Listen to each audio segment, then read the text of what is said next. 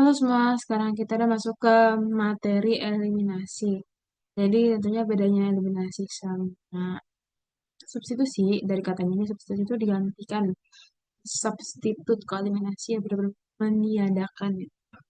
Jadi ya dari hasil yang dari reaksi eliminasi akan terbentuk ikatan rangkap. Yang dari tadi awalnya bentuknya dalam alkana, dia akan membentuk kata rangkap dengan karbon di sebelahnya jadi alkena. Jadi di sini eliminasi itu di mana basa bakal ngambil hidrogen atau H+ dari C di samping si C kation hidrogen. Nah, ini mirip sama substitusi nukleofilik. Di sini S1 cuma laju reaksi S1 cuma dipengaruhi oleh alkilida dan E2 dipengaruhi alkilida dan basa. Jadi kita harus di sini kita harus ingat kalau basa itu ada nukleofilik, tetapi tidak semua nukleofilik itu adalah basa. Kita suka eliminasi satu, di mana kita hanya menggunakan basa lemah, jadi tidak harus basa kuat. Untuk reaksinya, ini contoh reaksinya, ini ada halogennya di sini halogen. Dan lalu terjadi reaksi irreversible, di mana si halogennya lepas, tapi si beminnya, si basahnya akan mengambil H dari C di samping C kation. Mengambil H dari C di samping si C kation. Nanti akan membentuk ikatan basa dan hidrogen. Lalu tadi ikatan si H yang diambil dari C samping C kation akan berikatan akan bentuk kata rangkap. Yang diambil di sini otomatis saya juga kurangan satu ikatan dong. Pokoknya satu ikatan dari si C ini hilang nggak diambil sama si salah satu hidrogennya karena di salah satu hidrogennya diambil oleh si basah. Jadi dia membentuk ikatan lagi dengan C kation. Jadi ikatan tadi cuma satu ini antar C ini jadi ikatan rangkap dua. Yang tadinya C kation sekarang bukan C kation lagi ya. Jadi tadi karena si H dari C sebelah C kation itu diambil oleh basa, akhirnya dia membentuk ikatan lagi dengan C kationnya sendiri. Dengan C kation di sebelahnya bentuk ikatan rangkap untuk menstabilkan strukturnya sendiri ya. Dia bentuk ikatan rangkap. Untuk eliminasi yang dua, basa kuat. Di sini sama kayak substitusi nukleofilik 2, di mana si basanya karena basanya kuat, jadi mereka langsung berikatan. Jadi enggak si halogen yang mutusin dulu, habis itu baru si basanya nyari hidrogen, tetapi setelah si halogennya putus, si basanya langsung berikatan dengan hidrogen. Jadi di sini kan ada garis-garis gitu. Jadi pas lagi X-nya halogennya udah putus, basa akan langsung berikatan dengan hidrogen di samping C kationnya. Sini. Oh, gak akan sama kayak eliminasi yang satu di sini akan bentuk uh, kompleks basa dengan hidrogen. Lalu di sini akan bentuk ikatan rangkap antara CKT dan C di sebelahnya. Jadi kan CKT di sini. Nah, bedanya di mana? Sama kayak substitusi nukleofilik, di mana tentunya harus berlawanan arah. Harus ya gak sejajar, H yang diambil tidak bersejajar dengan halogen yang dilepas. Jadi, coba kita lihat konfigurasi di sini. Jadi, kalau misalnya halogennya tadi di sini, misalnya di sini, kalau misalnya halogennya diambil di sini, berarti H yang diambil oleh basa harus berlawan arahnya. Jadi, kalau misalnya lihat dari sini, coba kita lihat di sebelah kanan, ini C-nya ya. Jadi, kalau dilihat dari sini lah, kalau dilihat dari sini, dari sudut pandang, dari sini, dari ke sini lah. Ini C-nya, terus di belakangnya juga ada C. Nah, di sini kan H ke BR itu 180 derajat kan. Pokoknya H yang diambil harus 180 derajat dengan halogen yang lepas. Nah, di sini reaksi eliminasi akan semakin cepat jika C kationnya tersier. Kenapa? Contohnya kalau misalnya C kation tersedia di sini nih. Tentunya si basa atau si nukleofilik ini, karena basa dan nukleofilik, tapi nukleofilik tidak tentu basa. Si basa ini tentunya akan kesulitan untuk berikatan sama si C kation. Jadi dia akan lebih cenderung untuk berikatan sama C yang di sebelahnya dan mengambil hidrogennya. Kenapa? Karena tentunya semakin ramai di sini akan semakin sulit untuk si basanya atau nukleofilik berikatan sama C kation. Sehingga reaksi SN akan semakin sulit terjadi. Dan reaksi eliminasi akan cenderung terjadi. Jadi di sini reaksi eliminasi akan lebih cenderung terjadi daripada substitusi substitusi nukleor.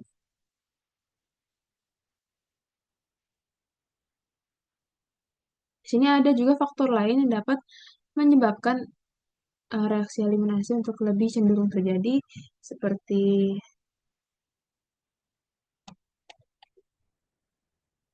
jika terjadi pemanasan, reaksi eliminasi akan cenderung lebih terjadi daripada SN atau daripada substitusi nukleofilik. Di sini kalau misalnya ya tersier, akan lebih cenderung terjadi daripada SN. SN 2, karena tentunya di sini SN1 akan lebih cepat terjadi kalau misalnya dia CKT-nya tersier ya, karena dia akan membentuk CKT yang lebih stabil sehingga akan lebih mudah berikatan dengan nukleofilik. Jadi di sini kalau misalnya dia tersier yang memungkinkan untuk tidak terjadi itu cuma SN2 aja. Oke, temperatur tinggi juga akan temperatur tinggi udah. Kalau misalnya basanya besar, si struktur basanya besar, dia akan cenderung untuk melakukan eliminasi. Oke, coba kita masuk ke soal kan. Oh ya, untuk eliminasi, dia ada produk mayor dan produk minor. Ada itu produk mayor, produk minor.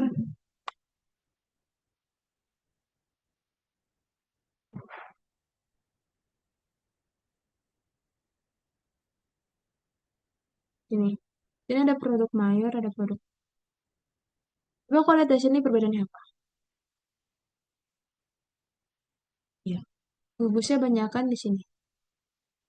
Gugus akilnya.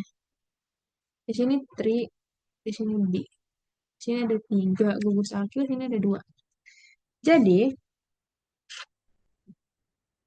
untuk produk eliminasi, kalau dia mengandung lebih banyak gugus akil, produknya akan lebih stabil sehingga akan lebih cenderung untuk membentuk produk tersebut atau struktur molekul tersebut. Jadi kalau misalnya kita di sini ada 3 nih, ada 3 gugus akil, jadi dia produk mayor, kok cuma di sini cuma 2, berarti dia produk nol. Kalau kita lihat ke soal sebelah sini, contohnya di sini kan cikation di sini. Saya tadi ada halogennya Br, terus lepas cikation di sini, terus dia berikatan dengan basa, nanti ada sini BH udah terbentuk. Di sini uh, struktur dari struktur yang udah ada ikatan rangkapnya nih. KCKT-nya sini, berarti ikatan rangkapnya bisa ada di, misalnya hidrogennya diambil dari mana? Hidrogennya bisa diambil dari sini, bisa bentuk seperti ini, atau bisa diambil dari CH3 yang di bawah, bentuk seperti ini. Jadi di sini bukan CH3, melainkan CH2. CH2 sekarang,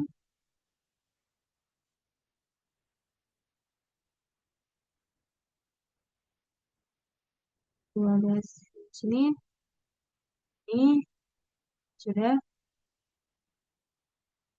C di sini. Sini, C di sini. Dan spesifik lagi paling di sini.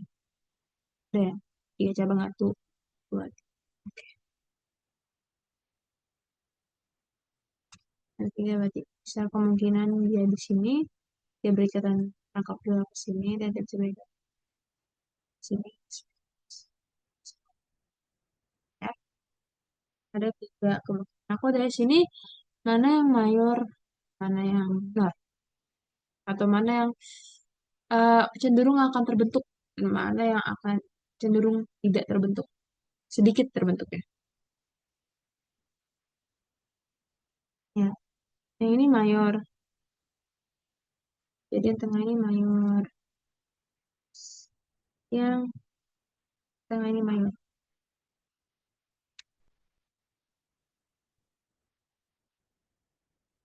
yang ini juga minor. Kalau kita namanya minor satu, ini minor dua. Kenapa ini mayor? Ini C, C. Di sini dia ada berikan sama C di sini, C di sini, C di sini, C di sini. Jadi ada dua, tiga, empat tuh, ada empat gugus akil. Oh di sini cuma berikatan sama hmm, C di sini, cuma sini, C di sini, C di sini, C di sini. Dua. Nah, ada satu, dua gugus akil. Berarti cuma ada dua gugus akil. Ini ada empat. Dua, empat. Oke. Coba kalau yang ini, yang di sini tadi ya.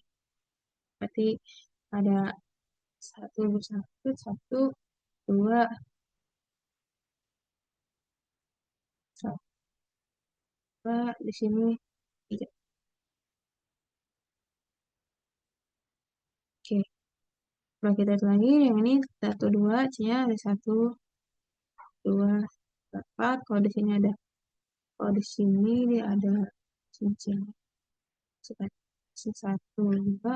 Kalau dari C satu sini, dia ada berikutnya sampai satu, dua, tiga. Berarti kalau diurutin dari berapa banyak produk yang akan terbentuk, yang paling banyak terbentuk berarti bakalan yang nih, yang mayor tentunya ya. Tapi minor ada dua nih.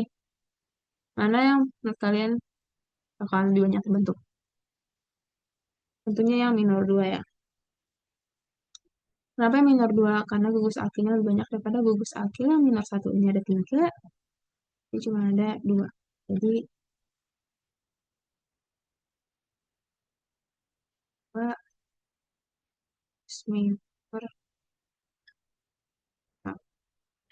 minor satu.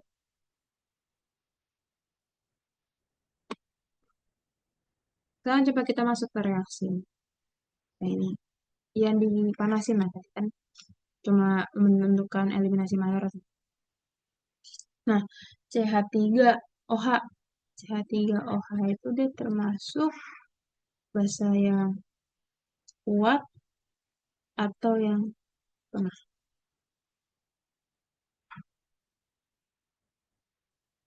Dia masuknya ke basa lemah berarti ya.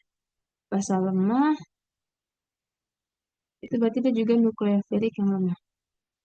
Tapi kalau dia nukleofilik yang lemah, nggak tentu dia basa yang lemah. Kenapa? Karena nukleofilik nggak tentu basa, tapi kalau basa udah pasti nukleofilik.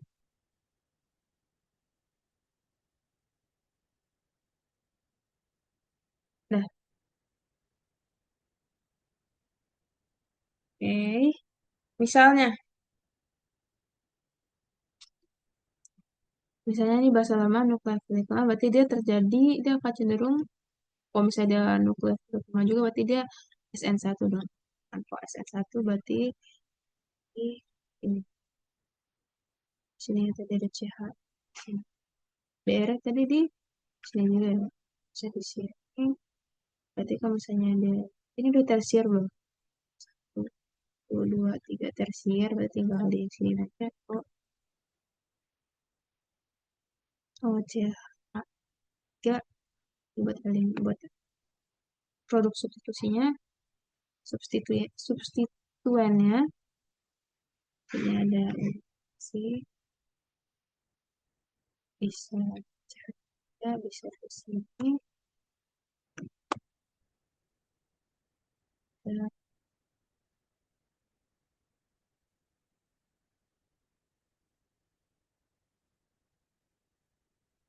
di sini. Kenapa ini CH2 berarti? Karena hanya diambil sama basa. Oke, Dia ada heat. Ini SN1. Kenapa? Karena dia basa lemah berarti dan nukleofil lemah. Dia SN1. Di sini eliminasi basa lemah berarti eliminasi 1. Udah kelihatan lah ya. Udah kelihatan lah. Ini yang mayor, ini yang minor. Nah, karena dia tadi di sini kita lihat dia itu pakai heat, berarti yang akan cenderung terbentuk dari reaksi ini adalah eh, yang akan cenderung terjadi itu reaksi eliminasi karena dia ada pemanasan. Jadi yang akan cenderung terbentuk adalah produk dari eliminasi satu ini. Tapi dari kedua ini tentunya yang akan lebih cenderung terbentuk itu karena dia lebih stabil, lebih banyak gugus alkilnya, jadi dia akan membentuk produk yang lebih stabil.